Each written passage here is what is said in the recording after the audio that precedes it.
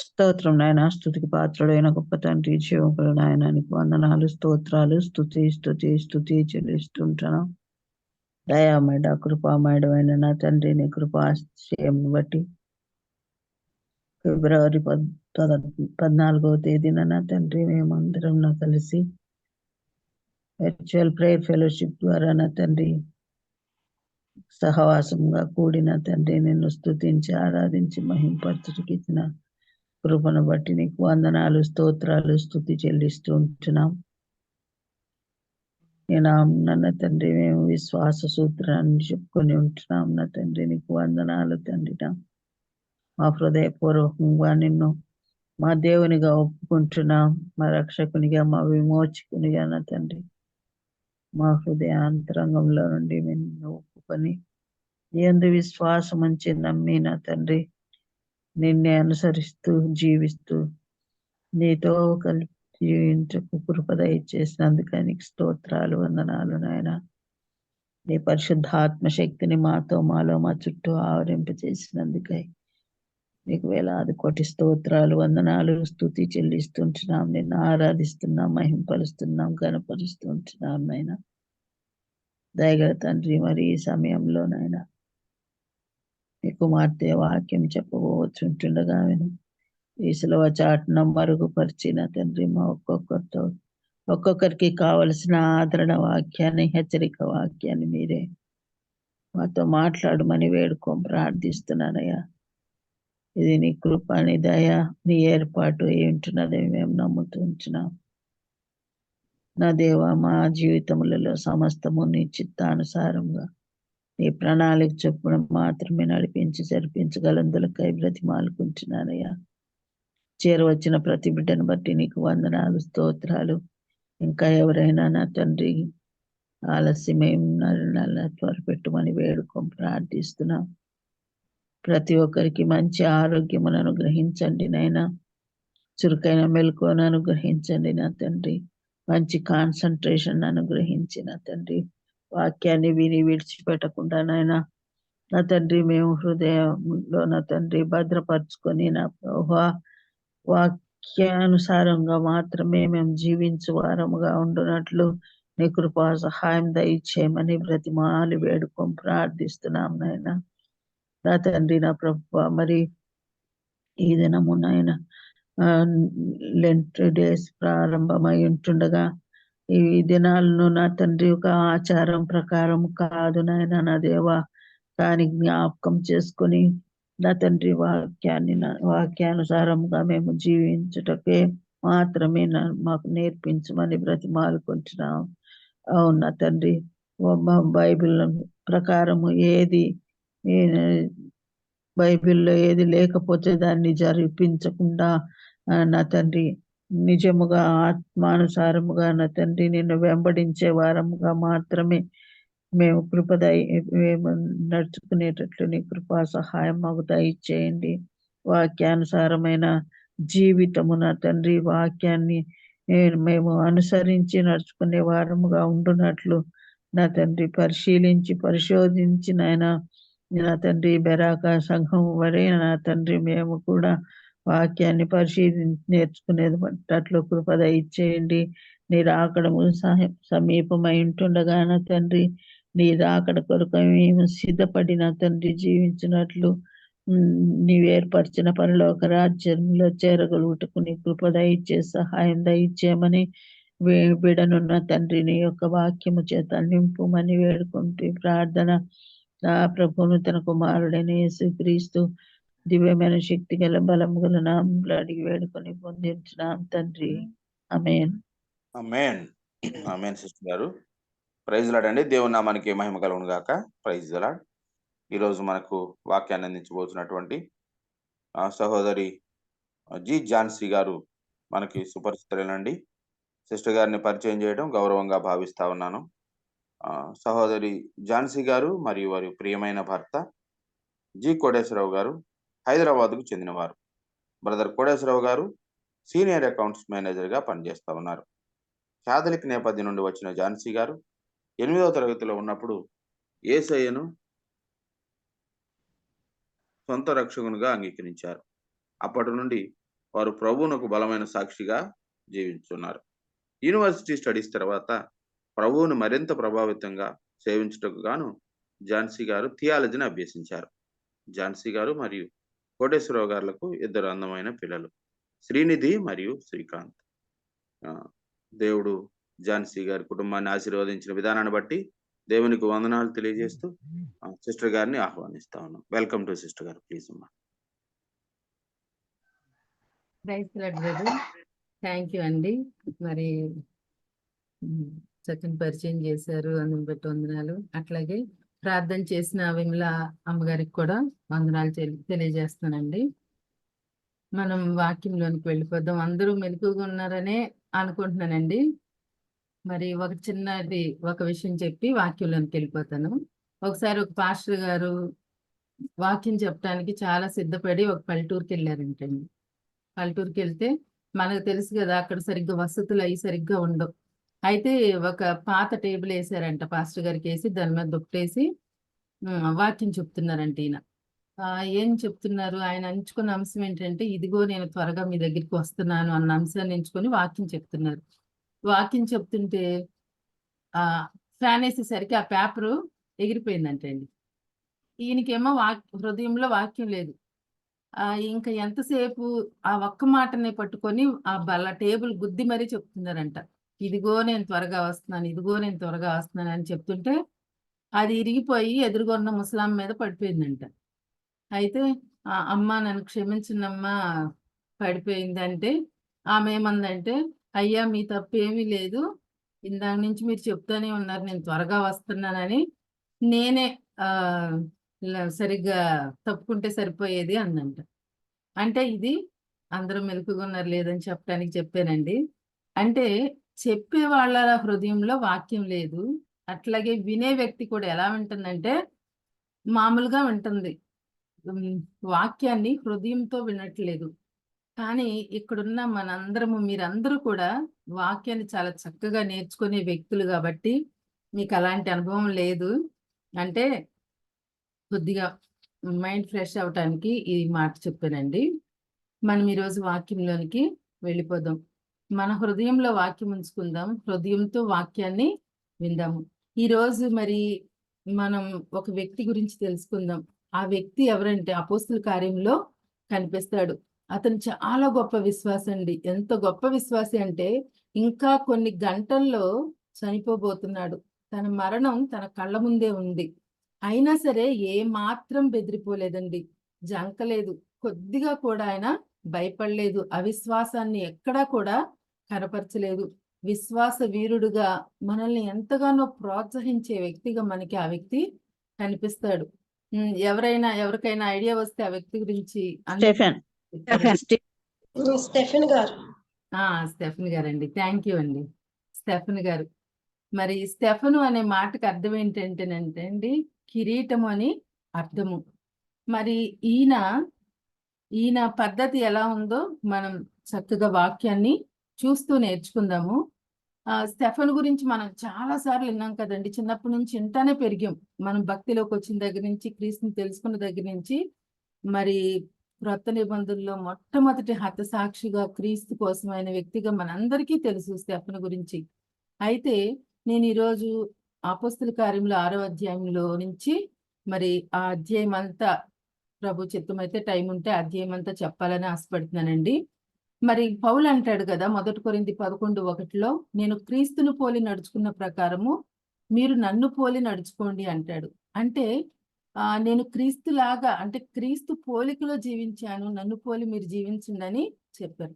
మనం రక్షింపబడిన తర్వాత ఒక్కసారే క్రీస్తులా మారిపోతామండి. క్రీస్తు పోలికలోనికి మనం వచ్చేస్తామా? లేదు కదా. ఒక రోజులో వచ్చేస్తామా? రాము. 1 సంవత్సరం పడద్దా? తెలీదు. 10 సంవత్సరాలు పడద్దా? తెలీదు. కానీ ఏం చేయాలి? మనం ప్రతిదినము ప్రాక్టీస్ చేయాలి. ఎందుకు ప్రాక్టీస్ చేయాలి? ఆయన పోలికలోనికి మారటానికి మనం ప్రాక్టీస్ చేయాలి. అందుకనే తిమోతితో పౌలు అంటాడు కదా, శరీర సంబంధమైన సాధకము కొంచెం మట్టుకే ప్రయోజనం అంటండి.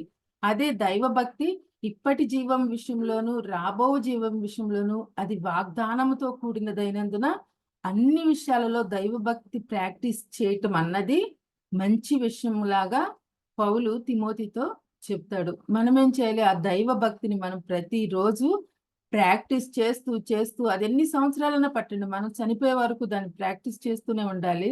మనం చివరికి ఎలా క్రీస్తు పోలికలోకి మారిపోయే వరకు, మరి చివరికి మనల్ని చూసిన వాళ్ళలో మనల్ని చూసిన వ్యక్తులకి మనం ఎలా కనిపించాలంటే ఆ క్రీస్తు పోలికగా మనం కనిపించాలి.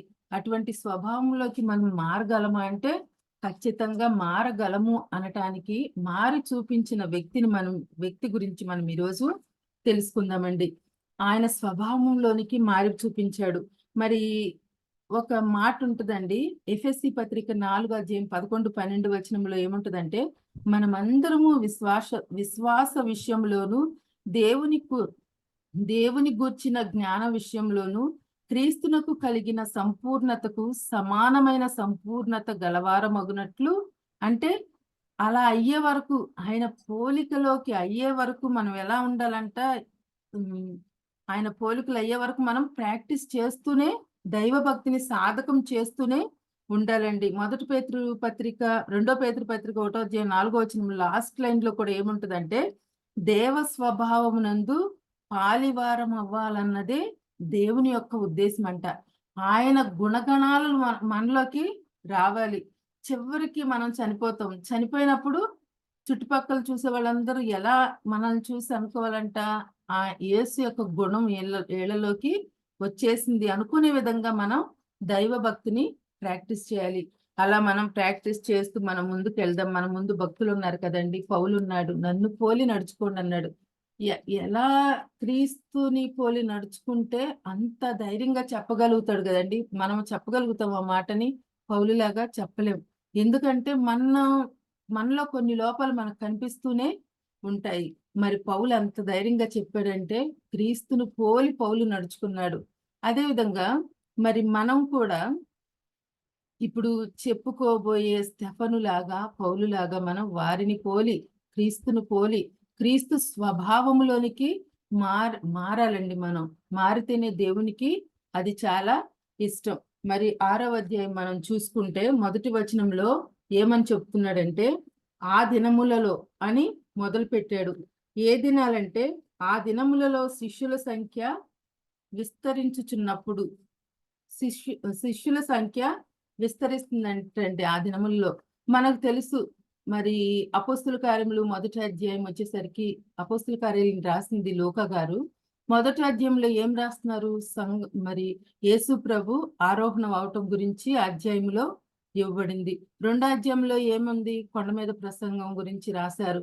మరి దేవుడు అకస్మాత్తుగా ఆకాశం నుండి దేవుని యొక్క ఆత్మ చేత అక్కడ మేడగదిలో ఉన్న 120 మందికి బలమైన ఆత్మ చేత వాళ్ళు నింపబడ్డారు.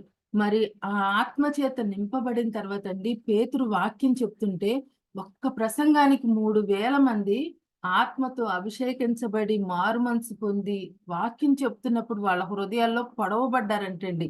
అంత బలంగా దేవుని వాక్యం విస్తరించిపోయింది. ఒక్క ప్రసంగానికి 3000 మంది మారు మనసు పొంది బాప్తిస్మం తీసుకొని సంఘంలో చేర్చబడ్డారు. తర్వాత 3వ అధ్యాయం వచ్చేసరికి పేతురు, యోహాన్లు వాళ్ళు మరి దేవాలయంలోనికి ఎక్కువ వెళుతున్నప్పుడు అక్కడ పుట్టింది మొదలుకొని కుంటివాడైన ఒక మనిషిని స్వస్థపరచడం మనం చూస్తాము. తర్వాత 4వ అధ్యాయం వచ్చేసరికి అక్కడ కూడా దేవుని వాక్యము ఆయన శిష్యులు బహుబలంగా ప్రకటించడం చూస్తాము.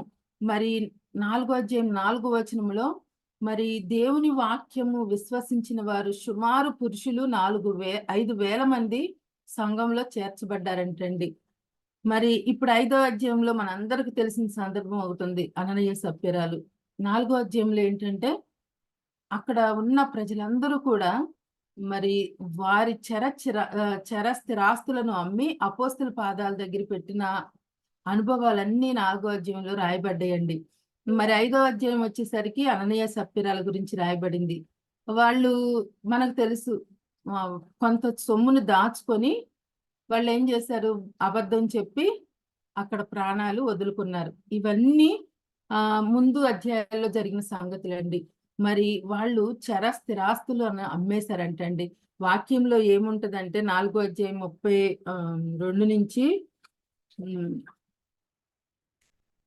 35వ వచనంలో ఉంటుంది, వారు ప్రతి వానికి వాని అక్కర కొలది పంచిపెట్టిరి గనుక వారిలో ఎవనికిని కొదువు లేకపోయేను. అంటే ఈ వచ్చిన సొమ్మంతటిని ఏం చేశారు, అందరికీ ఎవరి అక్కర కొలది వాళ్ళకి పంచిపెట్టేశారండి. ఇట్లా శిష్యుల సంఖ్య విస్తరించిపోతుంది. మనం చూసుకుంటే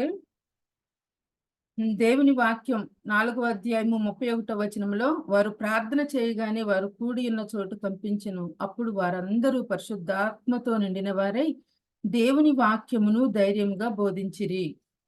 4వ అధ్యాయం 18వ వచనంలో, అప్పుడు వారిని పిలిపించి పేతురు యోహానులను పిలిపించి, మీరు యేసు నామమును బట్టి ఎంత మాత్రమును మాట్లాడకూడదని వారికి ఆజ్ఞాపించారు. 5వ అధ్యాయంలో మరి వాళ్ళని జైల్లో పెట్టారు, 4వ అధ్యాయంలో జైల్లో పెట్టారు. అయినా సరే వాళ్ళు ఎక్కడా కూడా తగ్గలేదండి. వారు దేవుణ్ణి అనుసరిస్తూనే ఉన్నారు.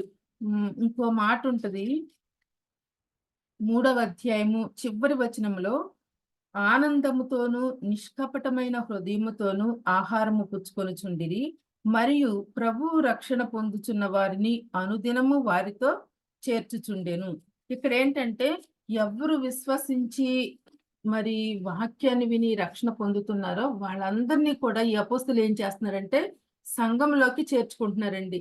అందుకనే 6వ అధ్యాయం ప్రారంభంలో ఏముందంటే, ఆ దినములలో శిష్యుల సంఖ్య విస్తరించుచున్నప్పుడు, శిష్యుల సంఖ్య క్రమక్రమంగా ఎట్లా విస్తరించిపోతుంది. ఇప్పుడు మొదటి అధ్యాయం నుంచి చెప్పాను కదండి, ఆ టైంలో శిష్యుల సంఖ్య ఎంత ఉంటుందని మీరు ఆలోచిస్తున్నారు? దయచేసి ఎవరైనా అన్మ్యూట్ చేసుకొని చెప్పొచ్చండి. ఇప్పుడు వరకు చెప్పిన వాక్యంలో మేడగదిలోనేమో 120 మందిని మనకు కనిపిస్తున్నారు. 2వ అధ్యాయంలో పేతురు వాక్యం చెప్తే 3000 మంది రక్షణ పొందారు. తర్వాత 4వ అధ్యాయంలో 5000 మంది పురుషులు, మొత్తం 8000 మందికి పైగానే సభ్యులైపోయారండి. సంఘం ఎలా విస్తరిస్తుందంట? బహు త్వరగా విస్తరిస్తుంది. యేసు ప్రభు చనిపోయారు, ఆరోహణం అయిపోయారు. తర్వాత దేవుని ఆత్మ బహు బలంగా వాళ్ళ మీదకి దిగినప్పుడు వాళ్ళు వాక్యాన్ని బహు ధైర్యంగా బోధిస్తున్నారు. వాళ్ళని చూసిన వాళ్ళందరూ ఏమనుకుంటున్నారంటే, అయ్యో వీళ్ళు విద్య లేని పామర్లు కదా, ఇంత ధైర్యంగా దేవుని ఆత్మ చేత ఎలా వాక్యాన్ని చెప్పగలుగుతున్నారని వాళ్ళ బోధకు వాళ్ళందరూ ఆశ్చర్యపోయారనమాట. ఇప్పుడు సంఘంలో 8000 మందికి పైగానే సభ్యులు ఉన్నారండి. ఇప్పుడు ఏమైందంటే, మరి ఇంతమంది సభ్యులున్న సంఘంలో అనుదిన పరిచర్యలో తమలోని విధవరాండ్రను చిన్న చూపు చూచిరని హెబ్రీయుల మీద గ్రీకు భాష మాట్లాడు యూదులు మరి సనగసాగిరి. మనకి అంటే సాతాను ఏం చేస్తున్నాడంటేనండి, శిష్యుల్ని ఫస్ట్ బెదిరించాడు. వాళ్ళు ఎక్కడా కూడా లొంగలేదు. వాక్యం చెప్పొద్దని గట్టిగా ప్రధాన యాజకులు వాళ్ళందరూ గద్దించారు, భయపెట్టారు, అయినా ఎక్కడా లొంగలేదు. ఇప్పుడు మళ్ళీ ఏం చేశాడు సాతాను?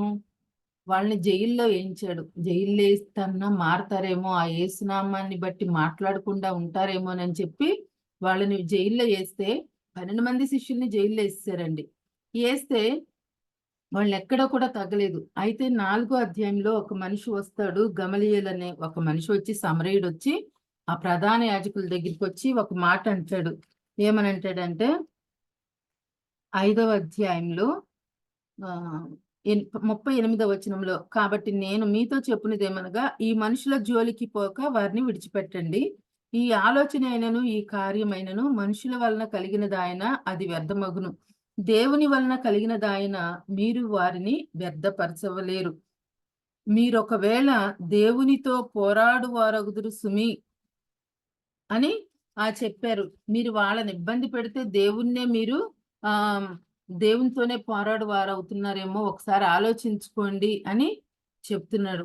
ఆయన చెప్పగానే వాళ్ళు ఏం చేశారంటే వదిలేశారనమాట. వాళ్ళని వదిలేసి బెదిరించారు. బెదిరించి వారు అతని మాటకు సమ్మతించి అపోస్తులను పిలిపించి కొట్టించి యేసు నామమును బట్టి బోధింపకూడదని ఆజ్ఞాపించి వారిని విడుదల చేశారంటండి. కొట్టారు, బంధించారు, ఫస్ట్ జైల్లో పెట్టారు, తర్వాత కొట్టి మీరు ఇంకోసారి యేసునామాన్ని బట్టి మీరు అసలు బోధించొద్దు అని గట్టిగా ఆజ్ఞాపించారు. ఆజ్ఞాపించినా సరే వాళ్ళు ఏమన్నా మానేరండి? 41 42లో ఆ నామము కొరకు అవమానం పొందుటకు పాత్రులమని ఎంచబడినందున వారు సంతోషించుచు మహాసభ ఎదుటి నుండి వెళ్ళిపోయి ప్రతి దినము దేవాలయములోను ఇంటింటను మానక బోధించుచు యేసే క్రీస్తుని ప్రకటిస్తున్నారు. ఎక్కడైతే మరి సంఘాన్ని సాతాను దేవుని బిడ్డల్ని అడ్డగించాలని చూస్తున్నాడో అక్కడే వాక్యం ఇంకా ఎక్కువైపోతుందండి. మనకి తెలుసు. మరి ఈ సందర్భాలన్నీ మీకు తెలిసినయే, మరొకసారి జ్ఞాపకం చేస్తున్నాను. ఇట్లాంటి టైంలో సంఘము శిష్యుల సంఖ్య విస్తరించిపోతుంది. విశ్వాసుల సంఖ్య 8,000 పైచిలకే అక్కడ విశ్వాసులు సంఘంలో చేర్చబడ్డారు. మరి అందరికీ భోజనాల దగ్గర గొడవ వచ్చిందండి. సాతాను ఏం చేశాడు? ఫస్ట్ శిష్యుల్ని బెదిరించాడు, జైల్లో పెట్టాడు, కొట్టించాడు, ఎన్నో అవమానాలు చేశాడు. కానీ ఎక్కడ శిష్యులు కూడా విశ్వాసంలో కొద్దిగా కూడా తగ్గలేదండి.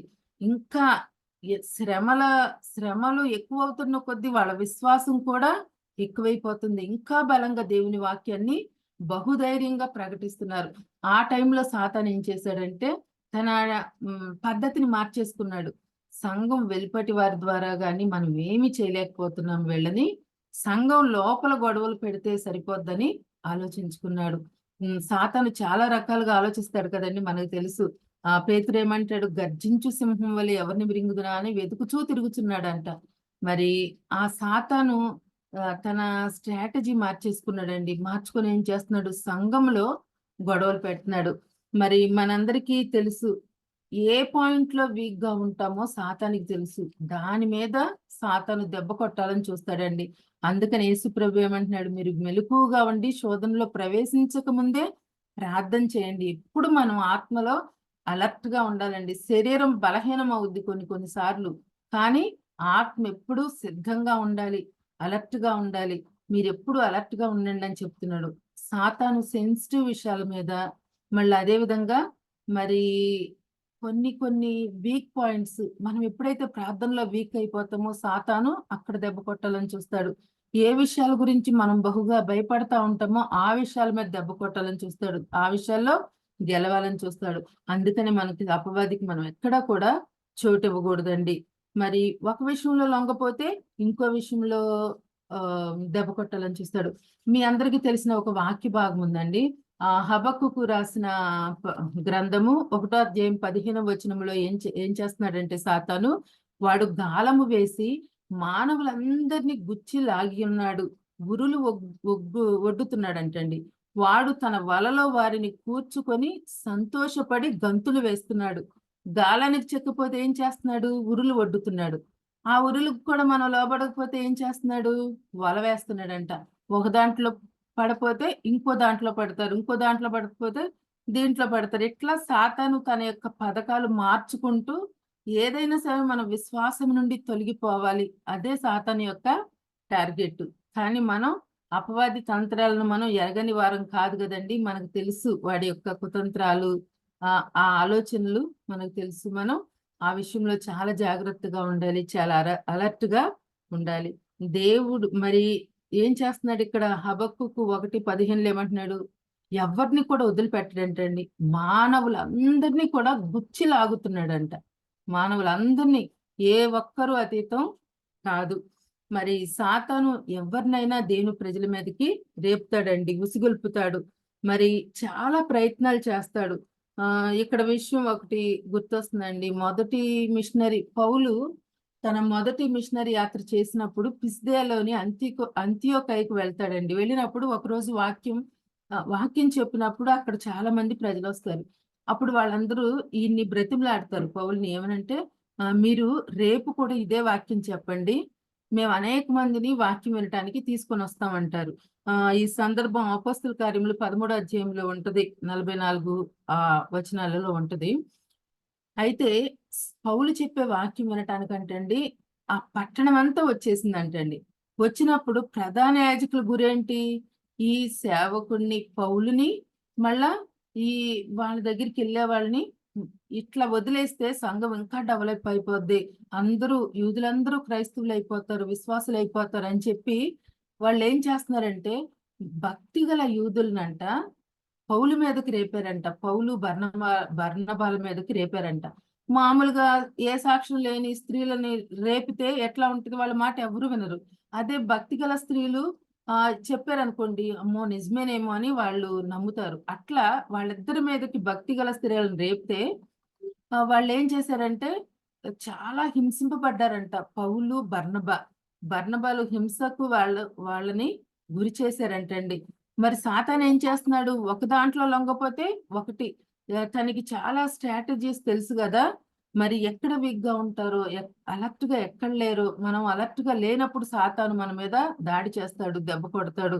అందుకనే మనం వీక్ గా అయిపోవటానికి వీల్లేదండి. మొన్న ఒకసారి నేను చెప్పాను కదా, మన శరీరము వయసు రీత్యా పెద్దదైపోతున్నప్పటికీ లోపల అంతరంగ పురుషుడు నూతన పరచబడుతూ ఉండాలి దినదినము. మరి అదొకటి మనం ఒకసారి చెక్ చేసుకుందామండి. శోధనలో ప్రవేశించక ముందే మనం ప్రార్థన చేద్దాం, ప్రార్థనలో మెలకువగా ఉందాం. ఇక్కడ అపోస్తుల కార్యంలో 6:1 ఏముంది, అనుదిన పరిచర్యలో తమలోని విధవరాండ్రను చిన్న చూపు చూచిరని హెబ్రీల మీద గ్రీకు భాష మాట్లాడే యూదులు సనగసాగిరి.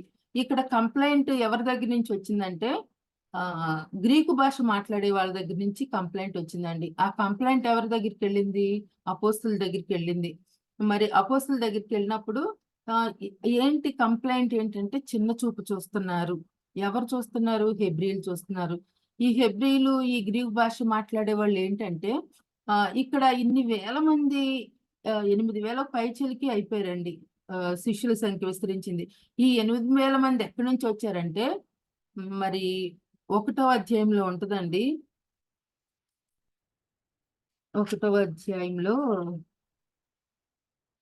2వ అధ్యాయంలో 5వ వచనము నుండి, ఆ కాలమున ఆకాశము క్రింద నుండి ప్రతి జనములో నుండి వచ్చిన భక్తి గల యూదులు యెరూషలేములో కాపురముండిరి. కింద చదువుకుంటా వెళ్తే అక్కడ 13 ప్రధాన పట్టణాల నుంచి వచ్చారంటండి. ఏది, యెరూషలేముకి వచ్చారు. అప్పుడు ఏమైందంటే ఆ మేడగదిలో వాళ్ళ మీదకి దేవుని ఆత్మ అపోస్తుల మీదకి రావటం, వాళ్ళు బలంగా వాక్యం చెప్పటం, వాక్ శక్తితో దేవుడిచ్చిన వాక్కుతో వాళ్ళందరూ ఆత్మతో నింపబడిపోవటం మనం చూస్తాము. వీళ్ళు కూడా ఈ 13 పట్టణాల నుంచి వచ్చిన వాళ్ళందరూ ఇక అక్కడ ఆ వాక్యం అక్కడ సెటిల్ అయిపోయారండి. వాళ్ళు నాన్ లోకల్ పీపుల్ అన్నమాట. యూదులేమో యూదా భాష మాట్లాడే వాళ్ళేమో యెరూషలేము ప్రజలు, ఈ గ్రీకు భాష మాట్లాడే వాళ్ళు చుట్టుపక్కల ఏరియాల నుంచి వచ్చిన వాళ్ళు ఇక్కడికి వచ్చినప్పుడు ఇక్కడ సెటిలర్స్ గా అయిపోయారు. అయిపోయిన తర్వాత వీళ్ళందరినీ పోషించడానికి అపోస్తులు ఏం చేశారంటే తమ చర స్థిరాస్తులను అమ్మేసి అపోస్తుల పాదముల దగ్గర పెట్టారు. పెట్టి వచ్చిన వాళ్ళందరినీ తమ సొంత ఇంట్లో వ్యక్తుల్లాగా చక్కగా చూసుకోవటం, వాని అక్కర కొలది పంచి పెడుతూ వచ్చారంట. మరి మనకి మలాకి గ్రంథంలో ఉంటది కదండి, నా సన్నిధిలో ఆహారం ఉండినట్లు దశంభాగం తీసుకురండి అని దేవుడు చెప్తాడు. అంటే ఆయన సన్నిధిలో ఆహారం ఎందుకు ఉండాలి, వాని అక్కర కొలది దేవుడు అందరికీ పంచి పెడతాడు. కాబట్టి సంఘంలో దశమ భాగాలు ఇవ్వటం అనేది అదొక ఆనవాయితీ, దేవుడు నిర్ణయించిన అదొక ఆజ్ఞ. మరి దాన్ని మనం తప్పకుండా నెరవేర్చాలి. మరి వారు తమ చర స్థిరాస్తులను అమ్ముకున్నారండి. మనం వెళ్ళే చర్చెస్ లో పాస్టర్ గారు ఒక సండే మరి మీరందరూ మీ ఆస్తులు అమ్ముకొని రండి అనేసి అన్నారనుకోండి, నెక్స్ట్ వీక్ చర్చిలో అసలు ఎవరు కనపడరు కదండి, ఒక్కళ్ళు కూడా కనిపించరు. ఎందుకంటే అపోస్తులు అమ్ముకున్నారు, అక్కడున్న విశ్వాసులు అమ్ముకున్నారు, కానీ మనం అమ్ముకొని మన ఆస్తి అంతా దేవునికి ఇవ్వటానికి మనం ఇష్టపడం. మరి కానీ దేవుని ఉద్దేశం ఏంటంటే ఎవరు అట్లా చెప్పరు కానండి. అప్పుడున్న సంఘంలో ఆ విధంగా జరిగింది, సమిష్టిగా పంచుకున్నారు. మరి అట్లా ఈ 6వ అధ్యాయం 1వ వచనంలో వచ్చేసరికి సాతాను ఏం చేస్తున్నాడంటే కొంతమంది ప్రజలను రేపుతున్నాడు. ఇందాక చెప్పుకున్నాం కదా, సాతాను ఒక దాంట్లో కాకపోతే ఒక దాంట్లో రేపటం, మరి సంఘాన్ని విచ్ఛిన్నం చేయటం, విశ్వాసుల మధ్య గొడవలు పెట్టడం, ఇట్లాంటి పనులు సాతాను చేస్తా ఉంటాడు. మనం ఏం చేయాలి, తెలివిగా జ్ఞానముతో వాటిని తప్పించుకోవాలి. మరి 1వ వచనంలో ఏముంది, అనుదిన పరిచర్యలో చిన్న చూపు చూస్తున్నారు. నిజంగానే చిన్న చూపు అంటే మనం డాక్టర్ దగ్గరికి వెళ్ళామనుకోండి, ఐ డాక్టర్ దగ్గరికి, దగ్గర చూపు దూరపు చూపు, మనకి సైట్ ఎంత ఉందో చెక్ చేస్తాడు. ఇక్కడ వాక్యంలో ఏముంది, చిన్న చూపు అంట. ఈ అనుభవం మనకు తెలుసు కదండి. వాళ్ళ ఇంటికి వెళ్ళామండి, వెళ్తే మమ్మల్ని చాలా చిన్న చూపు చూశారు, పట్టించుకోలేదు, అసలు లెక్కలేనట్టు ప్రవర్తించారు. ఇట్లాంటి అనుభవాలు మనందరికీ మన జీవితంలో చాలా సార్లు జరిగే ఉంటాయి. ఇక్కడ వీళ్ళేం చేస్తున్నారు, విధవరాండ్రను చిన్న చూపు చూస్తున్నారంట. ఎవరు? యూదులు, యెరూషలేములో ఉన్న లోకల్ పీపుల్. ఆ 2వ అధ్యాయంలో 5వ వచనం నుండి కొన్ని వచనాల్లో చూసుకున్న ఆ 13 పట్టణాలకు చెందిన వారిని, అక్కడి నుంచి వచ్చిన గ్రీకు భాష మాట్లాడే వాళ్ళని చిన్న చూపు చూస్తున్నారంటండి. అయితే ఆ వివాదము ఎక్కడికి వెళ్ళిందంటే అపోస్తుల దగ్గరికి ఆ కంప్లైంట్ వెళ్ళింది. 2వ వచనంలో ఏమంటున్నారు, అప్పుడు 12 అపోస్తులు తమ యొద్దకు శిష్యుల సమూహమును పిలిచి, మేము దేవుని వాక్యము బోధించటం అని ఆహారము పెట్టుట యుక్తము కాదు.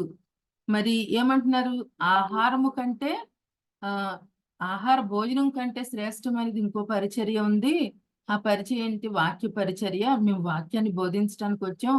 అది మానేసి, అంటే భోజనాలు పెట్టడం మంచి పద్ధతి కాదని శిష్యులు చెప్పట్లేదు, కానీ అది మానేసి అచ్చంగా ఇక భోజనాల దగ్గరే ఉండటం అది మాకు యుక్తం కాదు అని వాళ్ళు ఏం చేస్తున్నారు.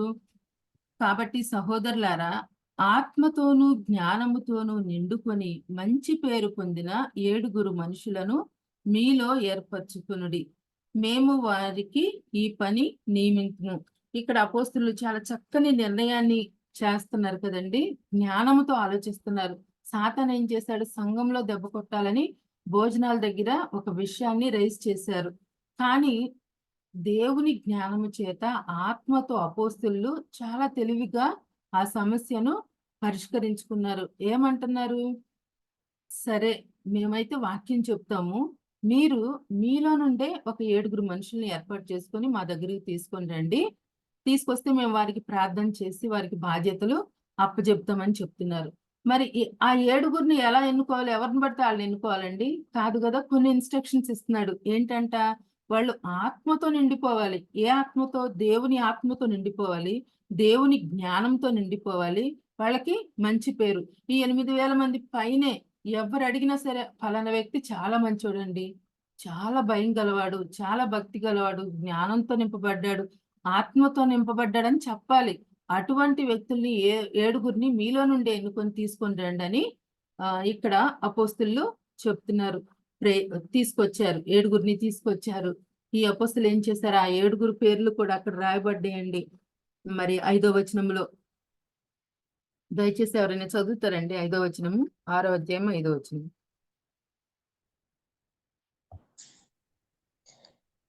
ఈ మాట జనసమూహం అంతటికి ఇష్టమైనందున వారు విశ్వాసముతోనూ పరిశుద్ధాత్మతోనూ నిండుకుని వాడైన స్టెఫను, ఫిలిప్పు, ప్రొకరు, నికానోరు, తీమోను, పర్మెనాసు, యూదుల మత విష్ణుడును అంతియొకవాడును అగు నికోలాసు అని వారిని ఏర్పరచుకొనిరి. ఇక్కడ 7 పేర్లు మనం చూసామండి. దానిలో మనకి ఎక్కువగా 2 కనిపిస్తారండి. ఈ స్టెఫను, ఫిలిప్ కనిపిస్తాడు. అట్లాగే నికోలాస్ అనే వ్యక్తి మనకి ఎక్కడ కనిపిస్తాడంటే ప్రకటన గ్రంథంలో కనిపిస్తాడండి. 7 సంఘాలు ఉంటాయి కదా, 7 సంఘాలతో నికోలాయితుల బోధ అంటాడు. ఆ నికోలాయితుల బోధ మీరు అనుసరించలేదు అంటాడు. ఈ అతను ఏంటంటే ఫస్ట్ దేవుని మాటలు చక్కగా చెప్పేవాడు. రాను ఏమైపోయిందంటే ఆయన కొద్దిగా డాక్టరీని మార్చి చెప్పడం స్టార్ట్ చేశాడు. ఆ బోధని ఒక సంఘం వారు అంగీకరించలేదంట. అందును బట్టి నేను మిమ్మల్ని మెచ్చుకుంటున్నానని దేవుడు అంటాడు. ఇక్కడ 8,000 మంది పైగా ఉన్న జనాభాలో 7 ఏర్పరచడం అంటే మామూలు విషయం కాదు కదండి. ఇప్పుడు ఒక వ్యక్తిని ఎన్నుకున్నారనుకోండి, మిగతా వాళ్ళకి చాలా కోపం వస్తుంది. వాళ్ళే కనిపిస్తున్నారా, మేము కనిపించట్లేదా, వాళ్ళలోనే భక్తి ఉందా, వాళ్ళే ప్రార్థనా పరులా, మేము లేదని అసూయ పడతారు చాలా మంది. కానీ ఇక్కడ ఎవరు కూడా అసూయ పడినట్టు మనకి కనిపించట్లేదండి. ఈ మాట జనసమూహం అంతటికి ఇష్టమైనందున, ఈ మాట అందరికి ఇష్టమైందండి. ఈ 7 మనుషుల్ని ఎన్నుకోవటం అక్కడ ఉన్న వాళ్ళందరికీ ఇష్టపడ్డారు, ఇష్టంతోనే ఎన్నుకున్నారు. కొన్నిసార్లు మన సంఘాల్లో చూస్తాం కదండి, ఆ సేవకుడు ఎవరినైనా కొద్దిగా హెచ్చించినట్లు మనకు కనిపిస్తే, లేకపోతే ఎవరికైనా ప్రాధాన్యత ఇస్తున్నారని కనిపిస్తే, లేకపోతే వాళ్ళని పిలిచి ఏదైనా మంచి పని అప్పగిస్తే మిగతా వాళ్ళకి ఎంతో అసూయగా ఉంటది కదండి. మరి మనం ఏ పొజిషన్ లో ఉన్నాం, మనం అట్లా అసూయ పడుతున్నామా, ఇక్కడున్న జనాలు ఇష్టపడుతున్నారంట, ఆ విధంగా మనం ఉన్నామా, ఒకసారి మనల్ని మనం చెక్ చేసుకుందామండి. మరి ఎవరికైనా చిన్న అవకాశం ఇచ్చిన దేవుడు మన సంఘంలో, మన స్థానిక సంఘంలో, మనం వెళ్ళే చర్చెస్ లో మన పాస్టర్ గారు ఎవరికైనా చిన్న అవకాశం ఇస్తే మనం అసూయ పడకూడదు. దేవుడు వారికి అవకాశం ఇచ్చాడు, వాళ్ళని సపోర్ట్ చేద్దాం, వాళ్ళని ప్రోత్సహిద్దాం, వాళ్ళ పనిలో మరి వాళ్ళని ముందుకు కొనసాగనిద్దాం. కొన్నిసార్లు దేవుడు కొంతమందికి పరిచర్యలు పంచి ఇస్తాడండి. ఇప్పుడు ఈ 7 కూడా ఈ అపోస్తులు వాక్యం చెప్పే పరిచర్య తీసుకున్నారు. ఈ 7 ఈ భోజనాల దగ్గర పరిచర్య తీసుకున్నాడు. పరిచర్య నానా రకాలుగా ఉంటాయి, మీ అందరికీ కూడా తెలుసు. కానీ మనలో ఉన్న ప్రాబ్లం ఏమిటంటే మనకిష్టమైందే మనం చేయాలని చూస్తాం. సంఘంలో కొన్ని బాధ్యతలు ఉంటాయి కదా, కొన్ని బాధ్యతల్లో మనకిష్టమైందే మనం చేయాలని చూస్తాం. దేవుడు ఇచ్చే బాధ్యతను మనం స్వీకరించడానికి ఇష్టపడం, ఎందుకంటే అది మనకి ఇష్టం ఉండదు. మనకిష్టం వచ్చిందే చేయాలనుకుంటాం. కానీ దేవుడు ఏమంటున్నాడు, తనకిష్టం వచ్చింది చేయాలని దేవుడు కోరుకుంటున్నాడు. మరి 5వ వచనంలో చూసుకుంటే జరిగిపోయిందండి, ఓటింగ్ అంతా జరిగిపోయింది, 7 ఎన్నుకున్నారు. మరి 7లో కూడా ఫస్ట్ పర్సన్ ఎవరంటే ఇప్పుడు మనం చెప్పుకునే స్టెఫను. మరి ఎంత గొప్ప ధన్యతో కదండి, అన్ని వేల మందిలో స్టెఫన్ని ఎన్నుకోవటం అనేది చాలా గొప్ప విషయం అండి. మరి కొన్నిసార్లు కూడా మనం అనుకుంటాం కదా, మన సంఘాల్లో చూసుకుంటే, మన ఫ్యామిలీ పరంగా కూడా చూసుకుంటే, ఏదన్నా ఒక విషయం వచ్చినప్పుడు ఫలానా వ్యక్తి అయితే కరెక్ట్ పర్సన్ అండి, దానికి ఆ విషయంకి ఆ ఫలానా వ్యక్తి కరెక్ట్ పర్సన్, రైట్ పర్సన్ అనుకుంటాం. అట్లా ఇప్పుడు ఈ టైంలో, ఇక్కడ ఈ గొడవలు జరుగుతున్న ఈ టైంలో, చిన్న చూపు చూడబడుతున్న ఈ టైంలో మరి స్టెఫన్ని ఎన్నుకోవటం అనేది కరెక్ట్ పద్ధతి. ఆయనైతే చక్కగా చేయగలుగుతాడు, మరి ఆ సమస్యను చక్కగా సాల్వ్ చేయగలుగుతాడు అన్నది అక్కడున్న వాళ్ళందరికీ అర్థమైపోయింది. ఎందుకంటే స్టెఫను ఆత్మతోనూ జ్ఞానముతోనూ నిండిపోయాడు, మంచి పేరు పొందుకున్న వ్యక్తిగా మనకి కనిపిస్తున్నాడు. మనకేంటి, ఏదన్నా సమస్య వస్తే అమ్మో ఈ సమస్యల నుంచి నేను బయటపడగలనా అని ఉన్న చిన్న సమస్యని మనం ఏం చేస్తాం, భూతద్దంలో పెట్టుకొని ఉన్న సమస్యని పెద్దది చేసుకొని తలనొప్పి వచ్చే వరకు తెచ్చుకుంటాం. కానీ ఆ సమస్యను మనం ఏం చేయాలి, ప్రభు పాదాల దగ్గర పెట్టాలి. సమస్య మనకొక్కటే, కానీ ప్రభు దగ్గర చాలా సొల్యూషన్స్ ఉంటాయండి. మరి మన సమస్యను ఆయన చేతుల్లో పెడదాం, ఆయన పరిష్కారం చూపలేని సమస్య అంటూ ఏది లేదండి. కానీ మనమే ఆయన దగ్గరికి ఆ సమస్యను తీసుకెళ్ళాం. మరి 7వ వచనంలో చూసుకుంటే, ఎప్పుడైతే సాతాను సంఘాన్ని గాని ఒక విశ్వాసిని గాని పాడు చేద్దాం అనుకున్నాడో, ఫలానా వాళ్ళని డిస్టర్బ్ చేద్దాం అనుకున్నాడో, అక్కడే దేవుని కార్యం గొప్పగా జరుగుద్దండి. మరి మనం 7వ వచనంలో చూసుకుంటే, దేవుని వాక్యం ప్రబలమైపోయిందంట. శిష్యుల సంఖ్య యెరూషలేములో బహుగా విస్తరించిపోతుంది. యాజకులలో అనేకులు విశ్వాసమునకు లోబడిపోయారంటండి. నిజంగా చూడండి, సాతాను టార్గెట్ ఏంటి, సంఘాన్ని పాడు చేయాలి, విచ్ఛిన్నం చేయాలి, ఎక్కడ గొడవలు పెడితే సంఘం నాశనం అయిపోద్దాం అన్నట్టు చూస్తున్నాడు. కానీ తన ఆలోచనలో దేవుడు ఏం చేస్తున్నాడు, తారుమారు చేస్తున్నాడు. మరి గొప్పగా సంఘం చక్కగా వాక్యం ప్రబలమైపోతుంది. ఈ మాట చూడండి ఏముంది, శిష్యుల సంఖ్య బహుగా విస్తరిస్తుందంట. చివరికి ఎవరు ఊహించని విధంగా యాజకులు కూడా విశ్వాసమునకు లోబడిపోతున్నారండి. ఎవరైతే క్రీస్తుని వ్యతిరేకిస్తున్నారో, విశ్వాసాన్ని, వాక్యాన్ని వ్యతిరేకిస్తున్నారో వాళ్ళు కూడా విశ్వాసానికి లోబడిపోతున్నారు. ఎందుకంటే వీళ్ళ పరిశుద్ధ ప్రవర్తన చూసి, వీళ్ళ జ్ఞానాన్ని చూసి వాళ్ళు ఆశ్చర్యపోతూ మరి వీళ్ళందరూ కూడా వాక్యానికి లోబడిపోతున్నారు. నిజంగా మనకు తెలుసు కదండి, మన ఫ్యామిలీస్ లో అనుకుంటాం ఫలానా వ్యక్తి అసలు మారే అవకాశం ఉందా, మారగలుగుతాడా అని. కానీ దేవుని వాక్యం ఎవరినైనా మార్చేస్తుందండి. మార్చే శక్తి ఆ వాక్యానికి ఉంది. యాజకుల్లో కూడా అనేక మంది వాక్యాన్ని తెలుసుకున్నారు. 8వ వచనం వచ్చేసరికి, స్టెఫను కృపతోను బలముతోను నిండిపోయాడంటండి. మనం ఐహిక విచారాలతో నిండిపోతా ఉంటాం. మన పిల్లలకు పెళ్లిళ్ళు ఎప్పుడు అవుతాయా, ఎప్పుడు ఇల్లు కట్టుకోవాలా, ఎప్పుడు ఉద్యోగం వస్తుందా, ఎగ్జామ్స్ లో పాస్ అవుతామో లేదా, ఇటువంటి ఐహిక విచారాలతో మనం నిండిపోతాం. కానీ ఇక్కడ స్టెఫన్ అయితే కృపతోను బలముతోను నిండిపోయాడు. ప్రజల మధ్య మహత్కార్యములను, గొప్ప సూచక క్రియలను స్టెఫను చేస్తున్నాడు. ఈ స్టెఫన్ని మనం ఆలోచించుకుంటూ మన జీవితంలో అప్లై చేసుకోవాలండి. స్టెఫను అన్ని మంచి క్వాలిటీస్ కలిగి ఉన్నాడు. మరి మనం ఎలా ఉన్నాం? మనం కృపతో నింపబడ్డామా? ఇక నిండిపోయింది, మన హృదయం అంతా కృప నిండిపోయింది, హృదయం అంతా బలం నిండిపోయింది, దేవుని ఆత్మ నిండిపోయింది, దేవుని జ్ఞానం నిండిపోయింది, మంచితనంతో నిండిపోయాడు, విశ్వాసంతో నిండిపోయాడు. 9వ వచనంలో వచ్చేసరికి అక్కడ 5 రకాల ప్రాంతాలకు చెందిన వాళ్ళు వస్తున్నారండి. అక్కడ అంటే కొన్ని ప్రదేశాలు ఇచ్చారు. ఆ సమాజములలో నుండి వాళ్ళు వస్తున్నారంట. వచ్చి ఏం చేస్తున్నారు? స్టెఫనుతో తర్కించడానికి వస్తున్నాడు. స్టెఫను వాక్యం బహుబలంగా చెప్తున్నాడు. అక్కడ పరిచర్య అంతా చాలా చక్కగా నడిపిస్తున్నాడు. వాళ్ళందరూ ఏం చేస్తున్నారు? వాదించి మనం గెలవాలి ఎట్లయినా సరే అని అక్కడున్న సమాజంలో ఉన్న వాళ్ళందరూ 5 ప్రాంతాల నుంచి వస్తున్నారు. పెద్దలు వస్తున్నారండి, తర్కిస్తున్నారు మనమే గెలవాలని వాళ్ళ ఉద్దేశము. మరి అప్పుడు ఏమైంది? 10వ వచనంలో చక్కని మాట ఉంటుందండి.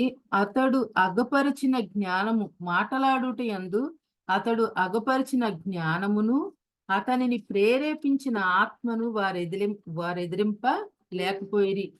నిజంగా ఎంత గొప్ప విషయమో కదండి. ఈ మాట చదువుతుంటే ఎంతో సంతోషం అనిపిస్తుంది. ఎక్కడా కూడా మన స్టెఫను భయపడలేదండి. తన మాటల్లో జ్ఞానాన్ని కనపరిచాడంట. మనం 5 నిమిషాలు ఎవరితోనైనా మాట్లాడితే మనలో ఉన్న బుద్ధిహీనత అంతా బయటపడిపోద్ది.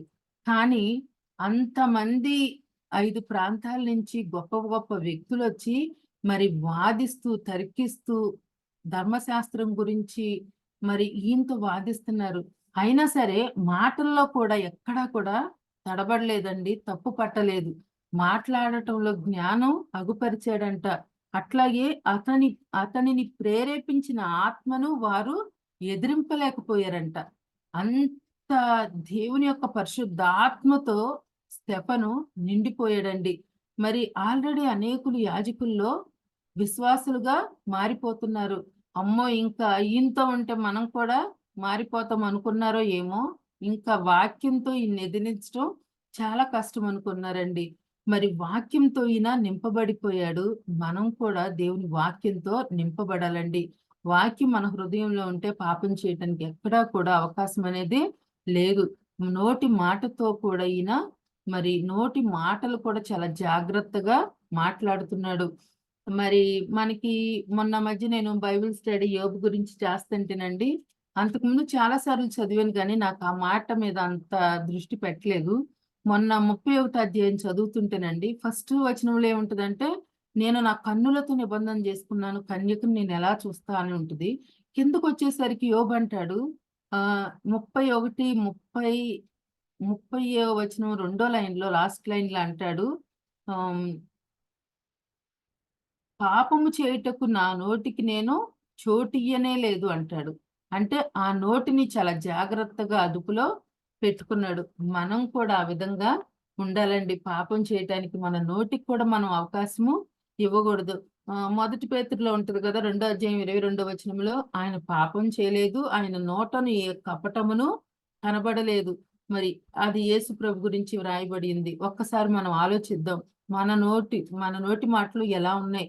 నా నోటి మాటలు, నా హృదయ ధ్యానము నీ దృష్టికి అంగీకారం అవ్వాలి ప్రభు అని దావీదు ప్రార్థన చేస్తున్నాడు. మరి ఇక్కడ ఈయన మాటలాడుటలో అగుపరిచిన ఆ జ్ఞానము, మన నోటి మాటలు ఎలా ఉన్నాయి? ఒక్కసారి పోల్చుకుందాం. చాలా డౌన్ లో ఉంటే పైకి రావటానికి ప్రయత్నం చేద్దాం పరిశుద్ధాత్మ సహాయంతో. మరి ఇంతమందితో స్టెఫను తర్కించి గెలిచాడంటే దానికి కారణం ఏంటండి? హృదయం అంతా వాక్యం నింపేసుకున్నాడు. 7వ అధ్యాయంలో మనం చూస్తే చాలా సుదీర్ఘమైన ప్రసంగం చేస్తాడు. 2వ వచనం నుండి 54వ వచనం వరకు చాలా సుదీర్ఘమైన ప్రసంగం చేస్తాడు. దానిలో ఎంతమంది, అబ్రహాం మొదలుకొని మోషే, యోసేపు, ఎంతమంది పేర్లో ప్రస్తావిస్తూ చెప్తా వస్తాడు. అంటే స్టెఫనికి వాక్య పరిజ్ఞానం కూడా చాలా ఉందండి. మనము అట్లా వాక్యంలో మనం ఎదగాలి. అన్ని విషయాలలో, ప్రార్థనలో ఎదగాలి, వాక్యంలో ఎదగాలి, అన్ని విషయాల్లో మనం ఎదగాలి. క్రీస్తును పోలి మనం నడుచుకోవాలి. మరి వాక్యం పట్ల ఎంతో ఆసక్తిగా ఉన్న వ్యక్తిగా మనం చూస్తాము. ఇంకా 6వ అధ్యాయం 11వ వచనం వచ్చేసరికి వాళ్ళు ఏం చేస్తున్నారు? వాళ్ళ పద్ధతి మార్చుకున్నారండి. ఇక వాక్యంతో మనం ఇన్నేమి ఎదిరించలేం, లాభం లేదు ఆలోచించారు. వాళ్ళకు ఒక ఆలోచన వచ్చింది. ఏం చేస్తున్నారు? దేవదోషం చేశాడని మనం ఇతని మీద నేరం మోపుదాం, సాక్షుల్ని కుదుర్చుకుందాం. వీరికి అలవాటే కదండి అబద్ధపు సాక్షులను కుదుర్చుకోవటం. యేసు ప్రభు విషయంలో కూడా ఏం చేశారు? మత్తయి సువార్త 25వ అధ్యాయంలో ఉంటది, దయచేసి 26వ అధ్యాయము 25వ అధ్యాయము 60, 61 వచనాల్లో ఒకసారి దయచేసి ఎవరైనా చదవండి.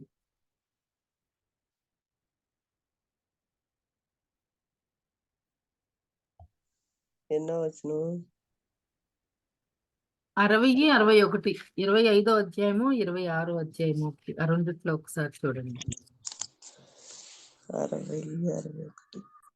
మత్తయి సువార్త 20. అబద్ధ సాక్షులు అనేకులు వచ్చినను సాక్ష్యమేమీ దొరకలేదు. తుదకు 2 మనుషులు వచ్చి, వీడు దేవాలయమును పడగొట్టి 3 దినములలో దాన్ని కట్టగలనని చెప్పననిరి. ప్రధాన యాజకుడు లేచి, నీవు ఉత్తరమేమీ చెప్పవా? వీరు నీ మీద పలుకుతున్న సాక్ష్యమేమని అడుగగా యేసు ఊరకుండెను. అందుకు ఇక్కడ చాలు. అబద్ధ సాక్షులు అనేక మంది వచ్చేసారంటండి. వచ్చేసి సాక్ష్యం చెప్పాలని చూస్తున్నారు, ఏమీ కనిపించట్లేదు. మరి యేసు ప్రభు ఆయనలో ఏ లోపం లేదు కండి. ఆయన నోటని ఏ కపటము లేదు, ఏ పాపం చేయలేదు యేసు ప్రభు. ఆ రోగుల్ని స్వస్థపరిచాడు, అనేకుల్లో ఉన్న దెయ్యాలను వెళ్ళగొట్టాడు, మరి కుంటి వారిని బాగు చేశాడు, గుడ్డి వారికి చూపు వచ్చింది, చనిపోయిన వారిని లేపాడు. ఇంకా అబద్ధ సాక్ష్యం చెప్పడానికి అక్కడ ఏమీ లేదండి. వాళ్ళు ఏం చేస్తున్నాడు? అప్పుడు దేవుని విషయంలో తప్పు చేశాడు. మరి వీడు 3 దినాల్లో ఈ దేవాలయాన్ని పడగొట్టి 3 దినాల్లో కడతాడు అంటే ఏంటి?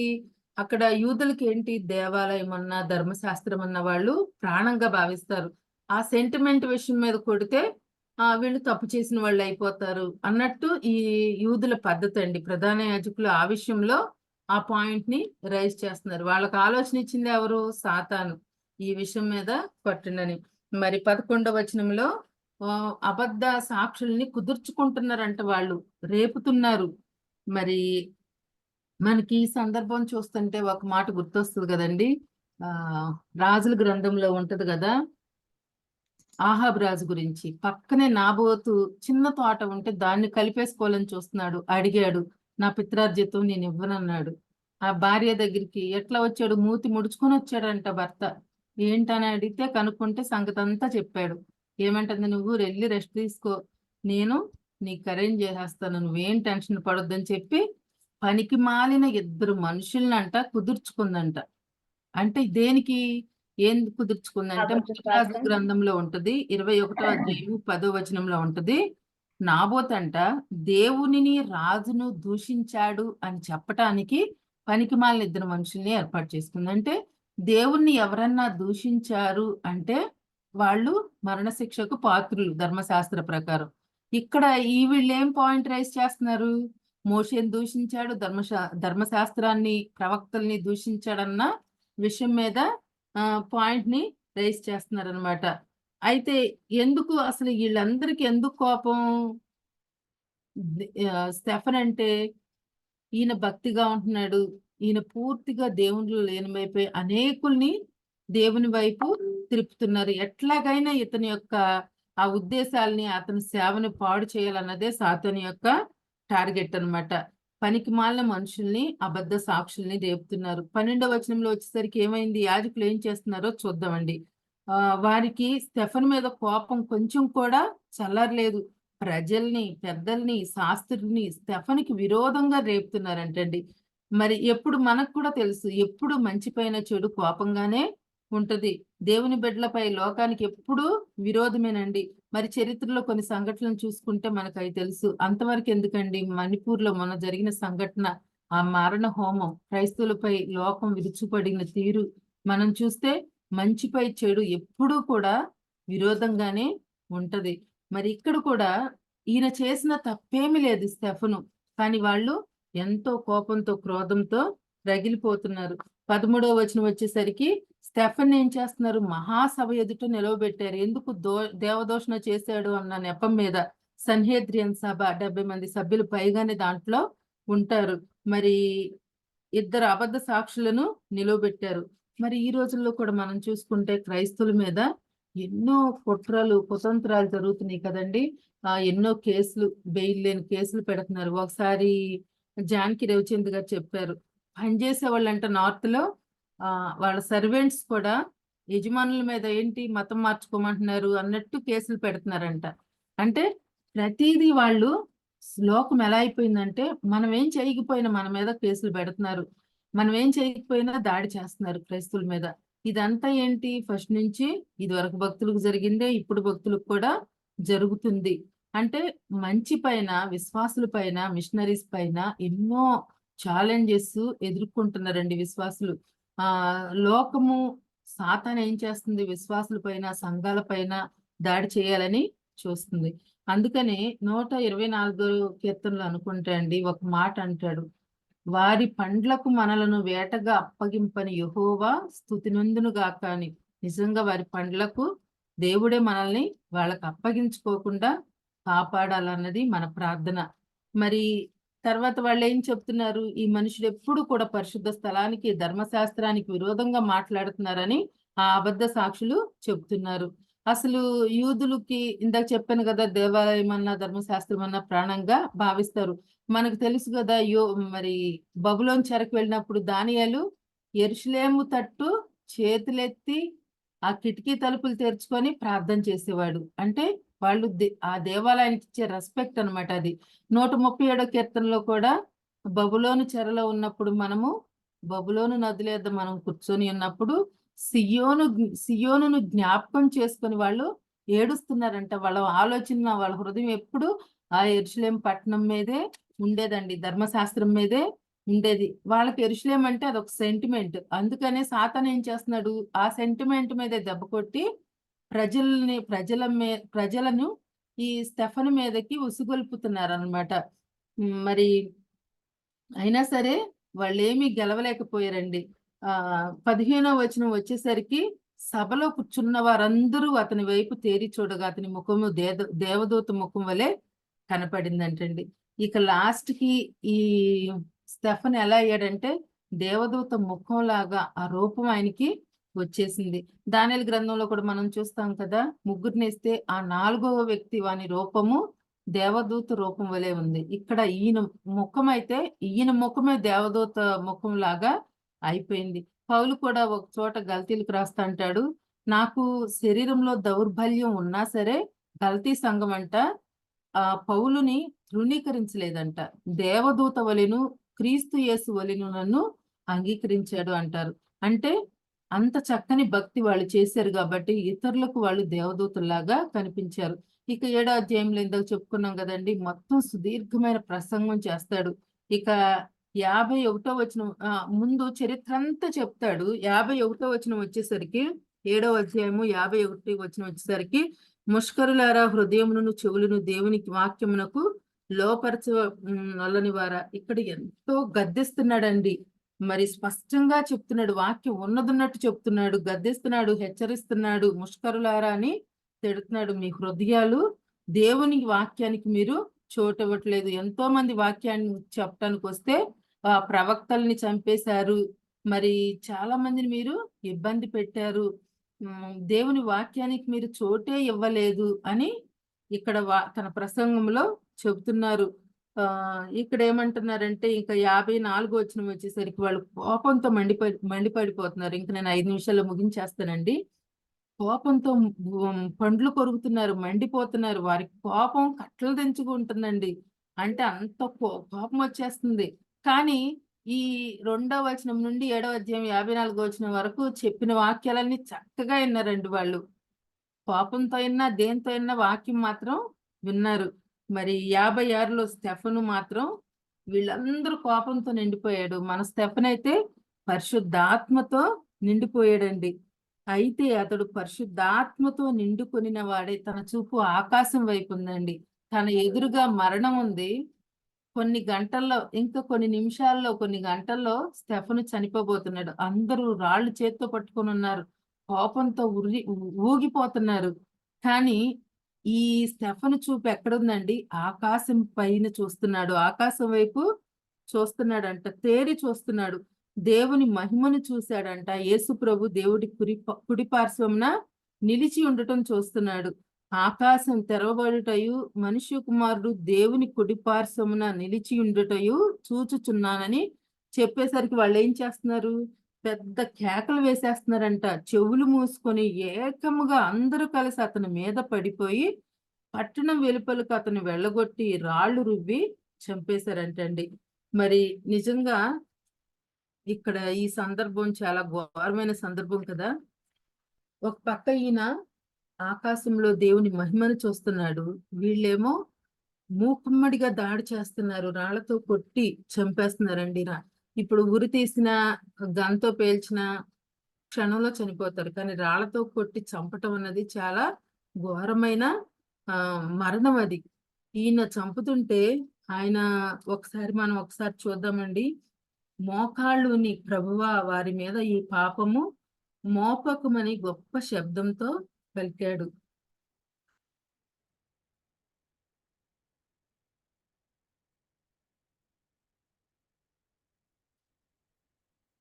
నిజంగా మనం స్టెఫను మరి అన్ని బాధలు పడుతూ కూడా అంతమంది ఆ ఊర్లో నుంచే తీసుకెళ్ళిపోయి పట్టణం బయటికి తీసుకెళ్ళిపోయారు. మరి తీసుకెళ్ళిపోయి రాళ్లతో కొట్టి చంపుతున్నా సరే మోకరించిన అనుభవాన్ని మనం అక్కడ చూస్తున్నామండి.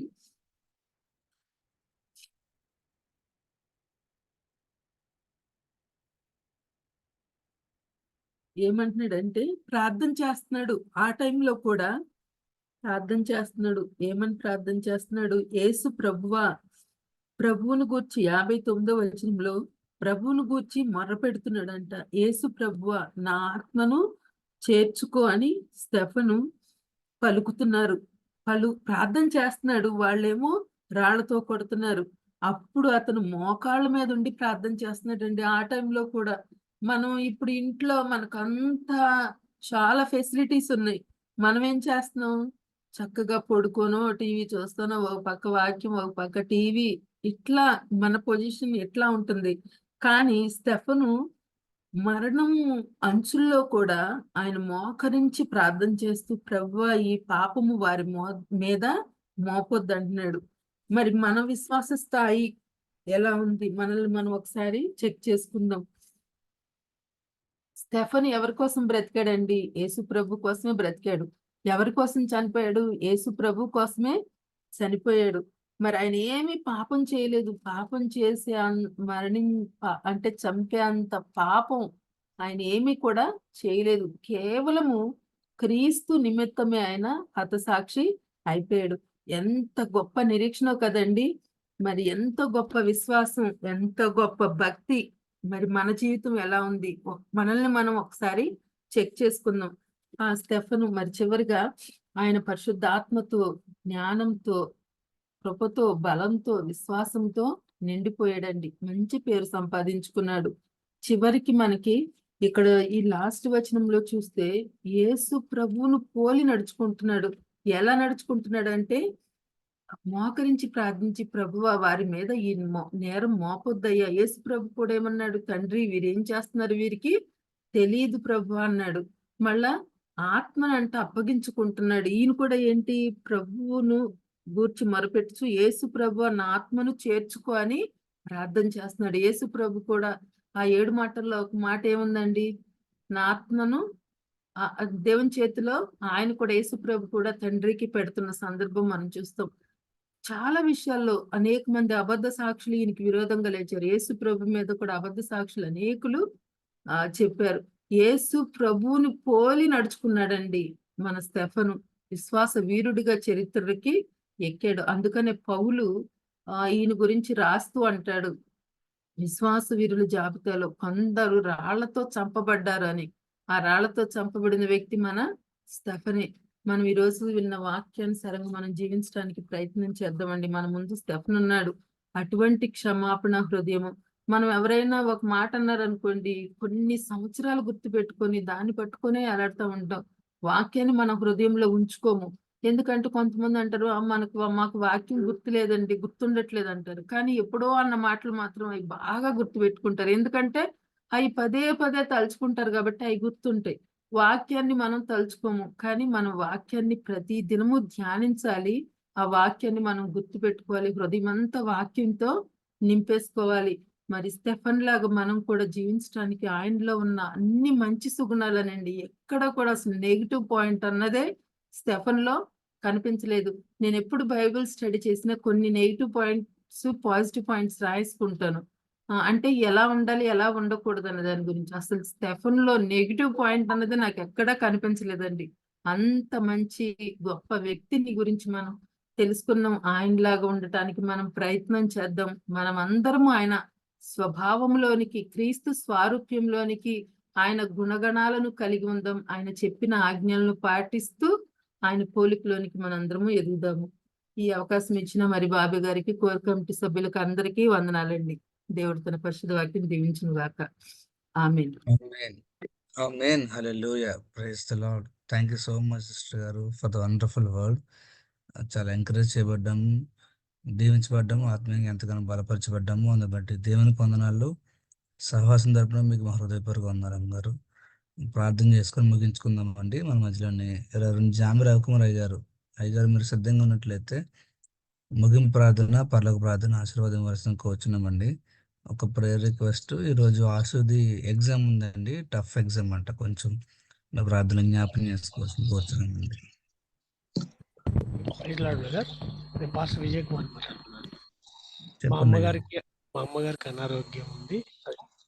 అంటే కాళ్ళు రైట్ నెక్ నొప్పిగా హాస్పిటల్ జ్ఞాపకం చేస్తాను. ఓకే గారు, ఓకే.